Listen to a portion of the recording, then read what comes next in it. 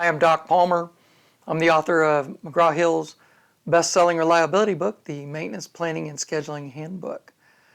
Because the principles of maintenance planning and scheduling are unusual, it gives us a competitive edge. The two main concepts are we want to run planning as a Deming cycle, admitting plans are not perfect, and we want to fully load schedules to defeat Parkinson's law. And by consequence, we'll expect lower than 90% schedule compliance. So we've been covering the principles of planning. The first principle is you have to protect planners. Second principle is to give head starts running that Deming cycle. Third principle is to save the information at component levels. And last time we talked about how to estimate job times and how accurate they should be. Basically, it's a guess, and those guesses are good enough. Last time I also mentioned Dr. Deming had 15 principles. That I know better, he had 14 points. But principle or point number 5 is that continuous improvement cycle. Anyways, today I want to talk about the 5th principle of maintenance planning, which is the level of detail in a job plan. The two big problems with the principles are, how do you come up with a time estimate? To some degree, it's a large guess. This issue today is, how detailed should a job plan be? A lot of people advocate it should be detailed enough for your lowest skilled person on the job that you have employed. That would be great. We all want great job plans for a brand new person. We all want great job plans that are a reference for a senior person, but you cannot start there. You just don't have the time.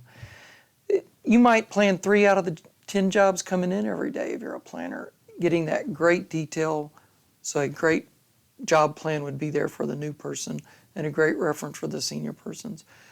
But then you're not running the Deming cycle. Well, you could think, well, if you just plan 3 jobs every time, well, eventually you'll have more job plans. Doesn't work that way. The really great job plans come from your senior people. We count on them having skilled people. They can work on all of this equipment without a job plan. So we want to plan all the jobs going through the Deming cycle. The level of detail, simply put, is make the job plan as detailed as possible, subject to the constraint. You have to plan all the work. So the first time you plan a job, you're trying to plan all this work, you might only nail the scope. That's a big deal, nailing the scope. You're getting with the operator, this is what they really want. Should we replace the motor? It is that motor, or can we repair that motor? That's a big deal. And then your craftspersons can figure out how to do it.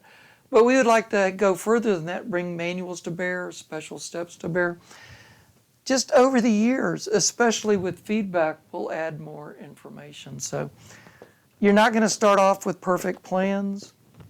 You're going to start off planning all the work and adding to the detail over that. So we would like to have great procedures-driven maintenance where you can count on this perfect job plan, but maintenance is a skilled occupation with professional craftsperson.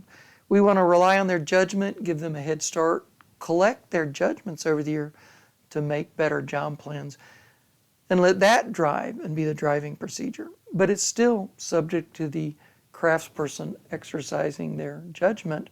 We never want a craftsperson to blindly follow a job plan, even though we want these great job plans that will develop over the years. So that's the level of detail. Thanks for joining me, letting me give you my 2 cents, and thanks for being part of my maintenance family.